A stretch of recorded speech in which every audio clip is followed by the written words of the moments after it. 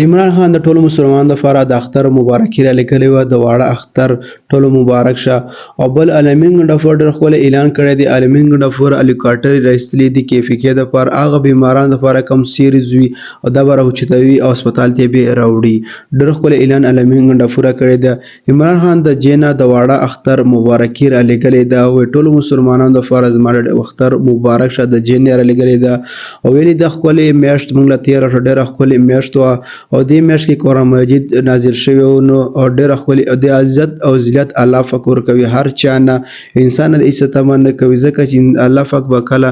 خامخا انسان ذلت او عزت هر څه به الله پاک ورکوي بل هېڅ څوک هم نشته او موږ به خپل دښمنانو ته وایي داسې نیغ ودرېږو ځکه چې انسان نه به څه تمه نه کوو خپل دښمنانو ته بښه نیغ وي او ځکه چې عزت او ذلت الله پاک به موږ له خامخا راکوي یوه ورځ به موږ خامخا کامیابېږو. عمران خان د جې نه هم دا ښکلی پیغام را لیږلی و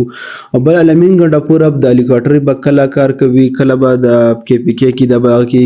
اعلان یې کړی دی. عالمین ګنډاپور ویلي دي دا به هلیکاپټر کم زخمي بیمار وي او که یې ډنډو کې بل شي او کې لرې لرې ځي کې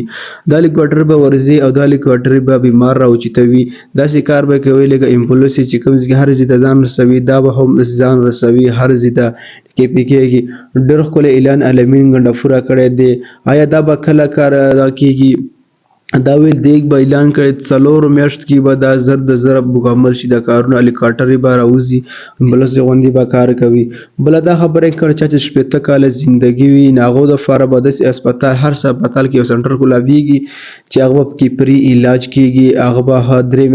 3 میاشتې پس به هغه ټیسټونه کېږي هر شي نو عالمین ګنډاپور دا خبره هم کړې ده. ډېره ښکلې خبرې کړي دي دواړه به 4 میاشتو کې دا به مکمل شي دا کوم کارونه چې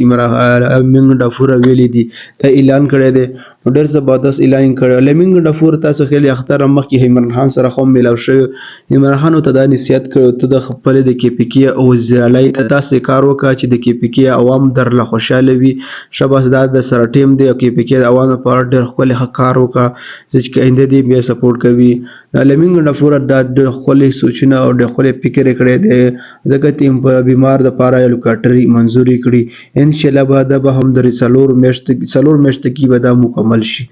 ډېر زبردست کار یې کړی عالمین ګنډاپوره نو ځکه چې ټول KPK عوام به ترې خوشحاله وي او به عمران خان هم دا خبره ورته کړې وه او عمران خان ټولو مسلمانانو دپاره د اختر مبارکي په دې جیل کې دې سخته په ورځ او دې وخت کې موږ عمران خان ته ورید دي ځکه چې عمران خان په جیل کې خپله زندګي راواخیسته ښکلې زندګي وه